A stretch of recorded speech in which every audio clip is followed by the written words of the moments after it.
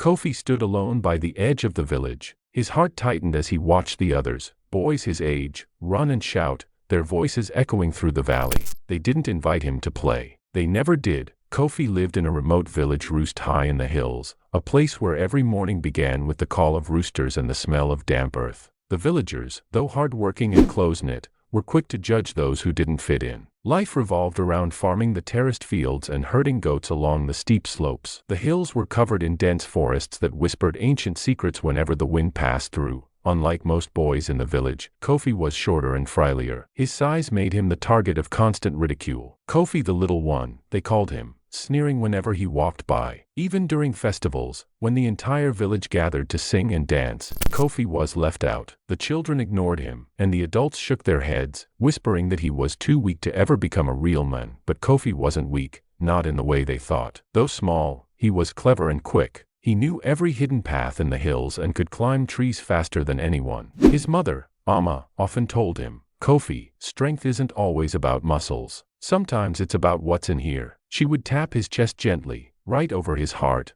Amma was a widow, and life had not been kind to her. She worked tirelessly on their small plot of land, growing maize and yams to feed them. Kofi helped her as much as he could, fetching water from the river and gathering firewood from the forest. Despite their struggles, Amma always found a way to smile, but Kofi could see the worry in her eyes. She feared for his future in a village that valued only strength and size. One evening, as the sun dipped behind the hills, casting long shadows over the village, a commotion broke out near the main square. A trader named Badu had arrived, his caravan loaded with goods from distant lands. Badu was known across the region for his wealth and cunning. His visits were rare, and whenever he came, the villagers gathered to hear his stories and trade their goods. That night, as the villagers crowded around Badu's caravan, he made an announcement that would change Kofi's life forever. In 3 days, Badu declared, his voice booming, there will be a grand festival in the town beyond the hills. The boy who can carry the sacred stone up the highest hill will win a priceless reward. The crowd buzzed with excitement. Boys from every family began boasting about how they would win. Kofi stood at the edge of the crowd, unnoticed as usual. His heart pounded. He had heard of the sacred stone. It was said to be as heavy as 3 sacks of grain. No one believed a boy like him could even lift it, let alone carry it up a steep hill. As the villagers laughed and discussed who might enter the contest, Kofi felt a spark of determination ignite within him. He didn't want the reward. He didn't even care about the festival. What he wanted was something far more valuable: respect. He longed to show the villagers that he was more than Kofi the Little One. That night, as Amma prepared their simple dinner of yams and leafy greens, Kofi sat silently, deep in thought. Amma noticed his unusual quietness and asked, "What's troubling you, Kofi?" "I want to enter the contest," he said, his voice barely above a whisper. Amma paused, her hands stilling over the wooden bowl she was holding. "You know what they'll say. They'll laugh at you." "I don't care," Kofi replied firmly. "I want to try." Amma looked at her son for a long moment. She saw the fire in his eyes, a fire that reminded her of his late father,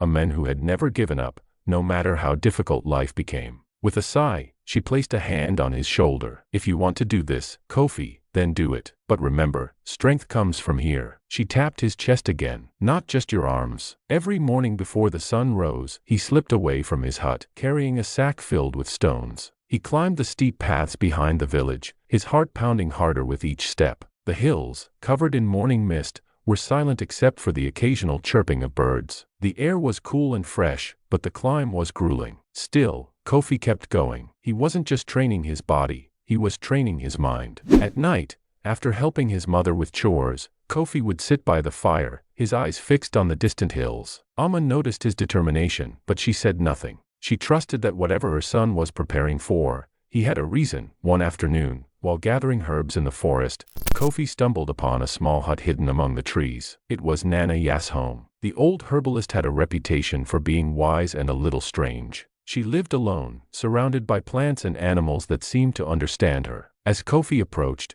he noticed her tending to a row of herbs. "Ah, Kofi," she greeted, her voice warm but firm. "What brings you to my part of the forest?" "I need herbs for my mother," he said. Then, after a pause, he added, "And I'm trying to train for something." Nana Ya's sharp eyes studied him. "Training? You're not like the other boys, always boasting and showing off their strength. You have something they don't." Kofi looked at her, puzzled. What do I have? Patience, she said simply. And patience, my boy, can carry you farther than strength ever will. Over the next few days, Kofi visited Nana Yer regularly. She taught him how to brew potions that eased pain and herbs that gave energy. More importantly, she taught him about endurance, not just of the body, but of the spirit. Sometimes, the strongest people are the ones who endure the most without giving up, she said one evening as they sat outside her hut, watching the sun set over the hills. One evening, as Kofi made his way home through the forest, he heard a strange sound. It was faint at first, like the rustling of leaves, but then it grew louder. He followed the noise and soon came upon a wounded eagle trapped in a thorn bush. Its wings were tangled, and it struggled to free itself. Without thinking, Kofi rushed forward. He carefully pulled away the sharp branches, ignoring the thorns that pricked his hands. The eagle screeched in fear but didn't attack. Slowly, Kofi freed it from the bush. The eagle flapped its wings weakly, then looked at Kofi with piercing eyes before flying off into the distance. Kofi smiled, feeling a strange sense of connection with the bird. He turned to leave, but before he could take a step, he noticed something odd. The forest around him had grown eerily quiet. The usual sounds of insects and birds were gone, replaced by an almost unnatural stillness. Suddenly, the eagle returned, circling above him before diving down and landing on a nearby branch. It let out a loud cry and then took off again, flying low through the trees as if beckoning him to follow. Curious and slightly uneasy, Kofi decided to follow the bird. It led him deeper into the forest, to a part he had never seen before. The trees here were taller, their roots twisted and gnarled. The air grew colder, and a faint glow appeared in the distance. As Kofi approached, he realized the glow was coming from a cave entrance hidden behind a curtain of vines. The eagle perched on a rock nearby, watching him. Taking a deep breath, Kofi pushed aside the vines and stepped inside. The cave was unlike anything he had ever seen. Crystals of various colors lined the walls, casting a soft, shimmering light. The air was thick with an earthy smell, and the ground beneath his feet felt smooth and cool. At the center of the cave was a small tree, its branches heavy with golden fruit. Before Kofi could move closer, a voice echoed through the cave. "Who dares enter our sacred domain?" Kofi froze, his heart racing. He looked around but saw no one. Then, out of the shadows, figures began to appear. They were spirits, tall, shimmering beings that seemed to be made of light and shadow. I didn't mean to intrude," Kofi said, his voice trembling slightly. "The eagle led me here." The spirits exchanged glances, their expressions unreadable. Finally, one of them stepped forward. "You have shown kindness to one of our own," it said. "For that, we will grant you a gift. But be warned, the gift we offer comes with a price." "What price?" Kofi asked cautiously. "The fruit of this tree will give you great strength and wisdom," the spirit explained. "But only if you remain humble. If you let pride take root in your heart, the power will turn against you." Kofi hesitated. He thought about the villagers who mocked him, about the contest he wanted to enter. He didn't want power for the sake of power, he wanted respect. Slowly, he reached out and picked one of the golden fruits. It was warm to the touch, and as he bit into it,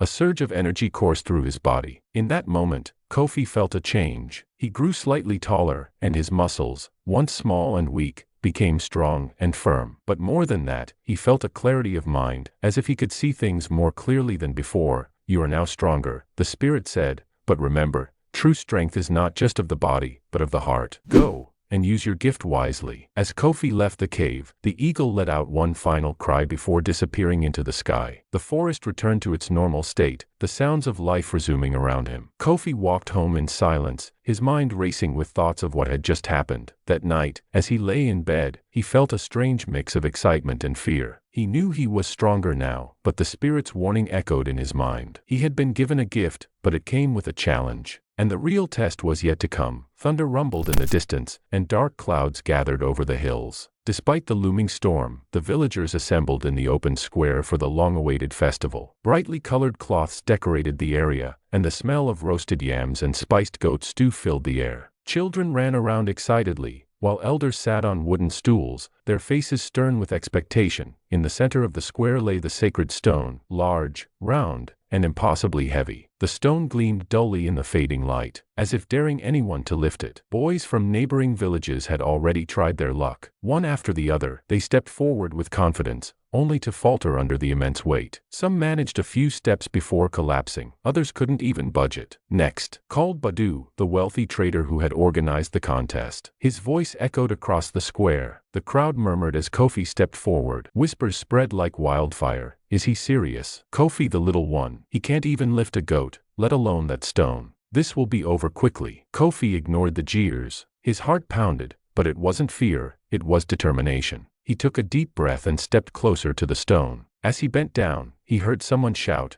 "Give up now, boy. Don't embarrass yourself." The laughter that followed stung, but he focused on the task ahead. He wrapped his hands around the stone, feeling its rough, cold surface. For a moment, the world around him seemed to fade. He remembered Nana Ya's words, "True strength is not just of the body, but of the heart." He thought of his mother, Amma, who had worked tirelessly without complaint. He thought of the eagle and the spirit's warning. With a grunt, Kofi lifted the stone. The crowd gasped in disbelief. Slowly but steadily, he began to walk toward the hill. Each step was deliberate, his muscles straining under the weight. Sweat poured down his face, but he didn't stop. The hill loomed ahead, steep and slippery from the recent rains. As Kofi climbed, the wind picked up, and the first drops of rain began to fall. The crowd fell silent, watching in awe. Halfway up the hill, a sudden gust of wind nearly knocked him off balance. He staggered but held firm. The jeers had turned into murmurs of astonishment. "He's actually doing it," someone whispered. "He might make it." Near the top of the hill, the storm intensified. Lightning flashed across the sky, illuminating the scene in brief, brilliant bursts. Just as Kofi reached the summit,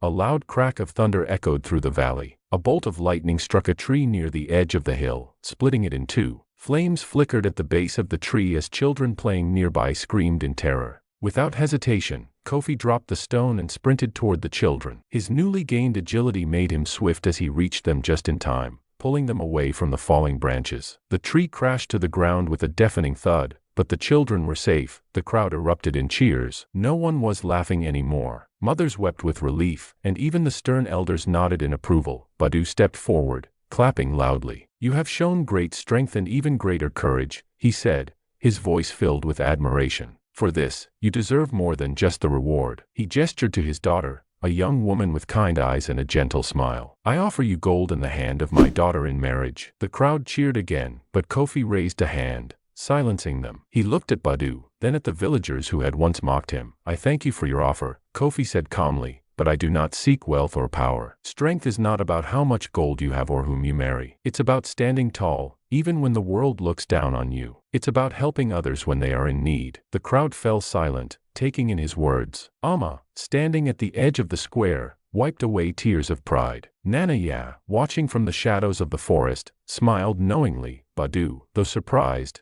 nodded respectfully. "You are wise beyond your years, Kofi. You have earned our respect." As the rain continued to fall, washing away the dust and tension of the day, Kofi stood tall, no longer Kofi the little one, but Kofi, the boy who had shown the village the true meaning of strength. The morning after the festival, the village buzzed with a strange mixture of excitement and quiet reflection. As Kofi stepped out of his hut, he noticed something unusual. Villagers paused in their tasks to greet him warmly. Men who had once ignored him nodded in respect, and children who had mocked him before now followed him at a distance, their eyes wide with admiration. "Good morning, Kofi," called out one of the elders, his voice carrying a note of sincerity. Kofi nodded in response, unsure how to feel about the sudden change. It felt strange to be treated with kindness by those who had once ridiculed him. Throughout the day, villagers approached Kofi, seeking his advice on matters big and small. One man asked him about repairing a broken cart, while another sought help with organizing a farming schedule. Even the women, who had once whispered cruel remarks about him, now brought food to Amma's hut,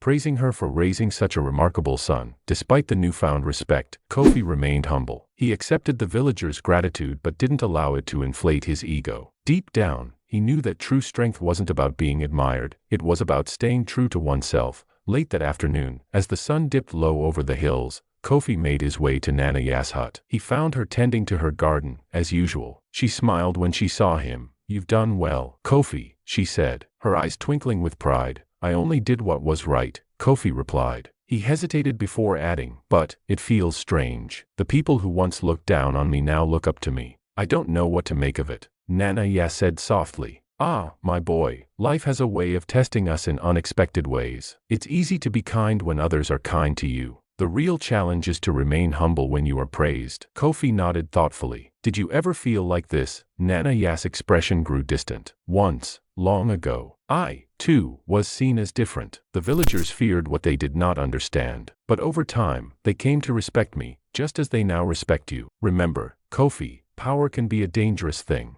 Use it wisely, and never let it control you. Her words stayed with Kofi long after he left her hut. That night, as he lay in bed, he thought about everything that had happened. He realized that the true reward wasn't the respect he had gained, it was the growth he had experienced. He had learned to accept himself, and that was worth more than any treasure. In the weeks that followed, Kofi took it upon himself to use his strength and knowledge for the good of the village. He led efforts to build better irrigation systems, ensuring that the fields received enough water even during dry spells. He worked alongside the villagers, teaching them techniques he had learned from Nana Ya. The children, who once teased him mercilessly, now gathered around him eagerly, listening to his stories and learning about the value of perseverance. Kofi didn't just teach them about strength, he taught them about kindness, patience, and the importance of helping others. One day, as he sat beneath a large baobab tree, surrounded by a group of children, Kofi noticed Amma watching him from afar. She smiled, her eyes filled with pride. For the first time in life, Kofi felt truly happy. He had found his place, not as a boy seeking acceptance, but as someone who could make a difference. The villagers, once divided by prejudice and fear, grew closer under Kofi's quiet leadership. They learned to see beyond appearances, recognizing that true strength lay not in size or wealth but in character resilience.